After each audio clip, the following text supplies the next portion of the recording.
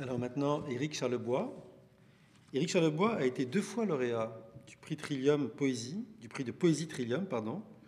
La première fois pour son recueil Faux Fuyant, qui était publié au Nordir en 2003, et la deuxième fois pour son recueil Centrifuge, publié aux éditions David en 2006. Il va nous lire un extrait de son dernier recueil, Le miroir mural devant la berceuse électrique.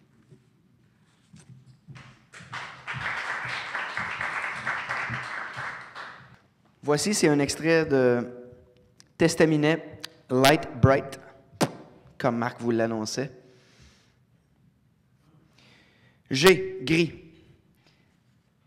La vie était tellement poétique que je n'avais pas à en écrire, que je n'avais pas à la vivre. Je voulais mourir chaque matin, obstétrique. Je jouais à la roulette russe avec les comprimés. Je tirais du pigeon d'argile avec la bouteille. Les nuits étaient cristallisées. Je jouais à relier les points, mais en comparant tout ce qui se comptait à rebours, comme il se devait. À qui confie-t-on ses parents dans son testament?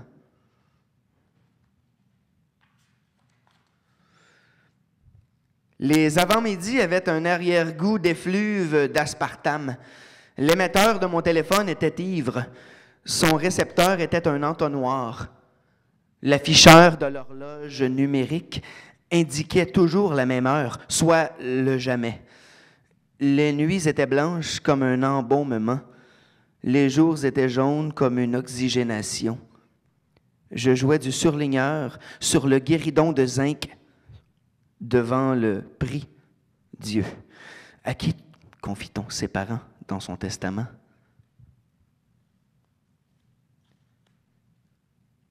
Les après-midi étaient ambrés. J'écrivais en braille. J'ai compris qu'il faut détester pour aimer. Je ne me déteste même plus. J'ai compris qu'on s'interprète toujours provisoirement. Du lait caillé dans mon café, du pain avarié pour le pigeon voyageur, de la viande rancie pour l'auto-cannibale. À qui confie-t-on ses parents dans son testament?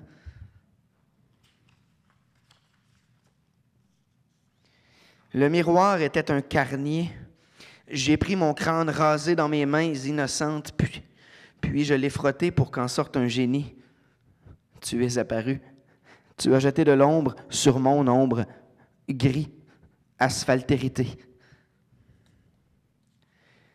Accoucher au cimetière, feuilleter les petites annonces en classified addict au chevet de l'oncologie. On veut confirmer l'heure du décès pour évaluer l'efficacité des préposés qui doivent disposer de tout. Le guéridon du parapet d'un lit gériatrique. La mort était belle quand mon chum a vaincu son corps. Je suis allé lui acheter un sac de chips assaisonné au vinaigre à la fin, comme dans le temps. Je suis allé dans le temps, comme dans le vinaigre. Je suis revenu, aseptisé contre les remerciements qui scellent l'inanité d'avoir espéré. À qui confie-t-on ses parents dans son testament?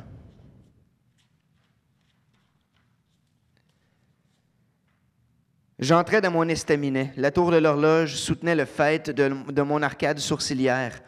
L'horloge n'a jamais fonctionné. On n'a pas remplacé ses piles après la dernière descente d'alcalinité. J'entendais tuer le cancer, j'ai fait mieux. J'ai tué l'espoir, en me reproduisant dans les cellules d'une prison pour gens qui aiment. Il fallait bien en calendrir.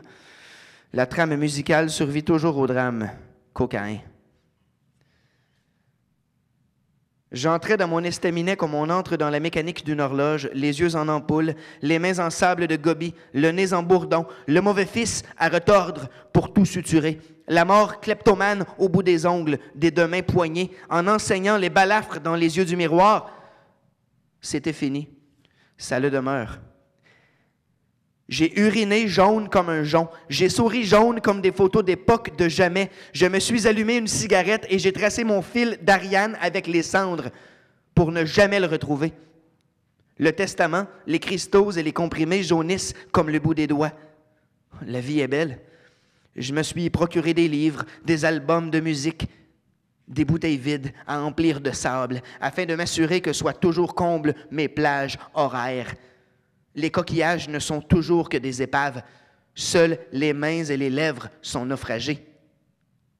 À qui confie-t-on l'acte de naissance et la carte de don d'organes quand on a au temple tous les canons prescriptifs.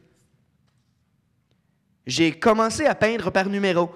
J'ai laissé blanches les zones 13, 26, 40 et 60. On ne compte pas la beauté en onces. Le canevas me peint. Tellement souvent je l'époussette. Les femmes m'ont souvent déversé à déboire. Je dois rouler mes pièces de monnaie, je manque de cartouches. Maintenant, c'est quand je fixe le plafond que j'éprouve le vertige. À qui dois-je léguer ma théière que j'ai si souvent frottée pour qu'en surgisse un génie de Sunlight? J'ai décidé de te laisser mon coffre à outils. Je garde mes frères et ma sœur. Je continue. Je bondis nu.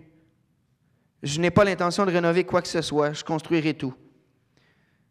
J'ai moins peur quand l'écran de l'ordinateur est allumé. À qui confie-t-on le désir de vivre que l'on a préservé devant 7 milliards d'humains envers lesquels risquer? J'ai ri jusqu'à la chaise électrique berceuse. Le polyester de la moquette était vraiment rancunier. Je te confie mon jeu Light Bright. Tu n'auras qu'à perforer ma feuille de route en zinc au fax, avec des ampoules qui brilleront de tous leurs vœux, de leur dernier feu. J'ai écrit mon testament, accoudé au zinc de l'estaminet, des miroirs de kaléidoscope dans les yeux, le tableau périodique pour clavier et toutes les couleurs du spectre à la brunante grisante. Voilà.